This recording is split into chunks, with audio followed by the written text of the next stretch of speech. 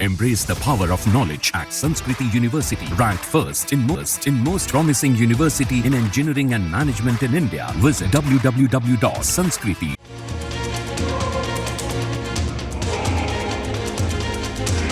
हरियाणा विधानसभा चुनाव में सबसे अहम मुद्दा जाति समीकरण है। इस वक्त हरियाणा विधानसभा चुनाव की जीत की राह दलितों और ओबीसी के वोट से होकर गुजर रही है। यही वजह है कि दोनों प्रमुख पार्टियां दलितों और ओबीसी को रिझाने की कोशिश में है।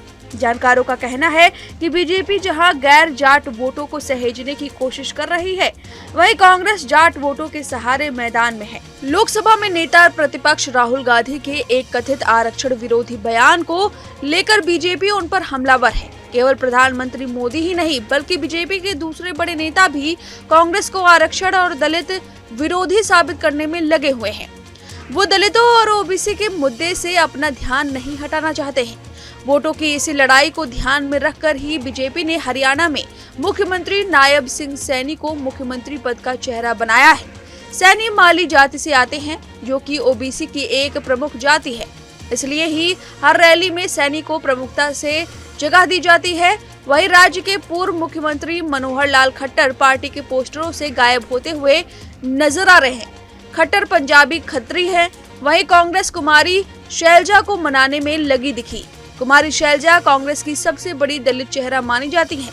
टिकट बंटवारे में 90 सीटों पर करीब 72 सीट भूपेंद्र सिंह हुड्डा के गुट के लोगों को दिया गया, जबकि कुमारी शैलजा के गुट के लोगों को मात्र 9 सीट मिल सके, जिसके बाद कुमारी शैलजा बेहद नाराज हो गई। बीजेपी उनकी नाराजगी का फायदा उठाना चाहती थी, लेकिन उठा नहीं सकी। कांग्रेस ने उन्हें सीएम फेस का वादा किया है और वो अब मान गई हैं। हालांकि अभी ये बात सार्वजनिक नहीं आई है। वहीं राज्य के वोटों की बात करें तो माना जाता है कि ओबीसी और दलित वोटर राज्य की 35 से अधिक सीटों पर निर्णायक भूमिका में हैं। साल 2019 के विधानसभा चुनाव में बीजेपी ने इसमें से 21 सीटों पर जीत दर्ज की थी। कांग्रेस के हिस्से में 15 सीटें आई थी। कुछ सीटें जननायक जनता पार्टी ने भी जीती थी। वहीं हरियाणा में करीब 30 सीटें ऐसी हैं जहां जाट जाति निर्णायक मानी जाती है। अगर हम हरियाणा के समाज की जातिगत संरचना की बात करें तो ओबीसी की आबादी करीब 35% है। यह राज्य में मतदाताओं का सबसे बड़ा वर्ग है। ओबीसी के बाद दूसरे नंबर की आबादी जाट जाति की है। माना जाता है कि हरियाणा में जाट आबादी करीब 27% है। तीसरी सबसे बड़ा वोट बैंक दलित का है, जिनकी आबादी 20% से अधिक मानी जाती है। राज्य में अनुसूचित जाति के लिए 17 सीटें रिजर्व है।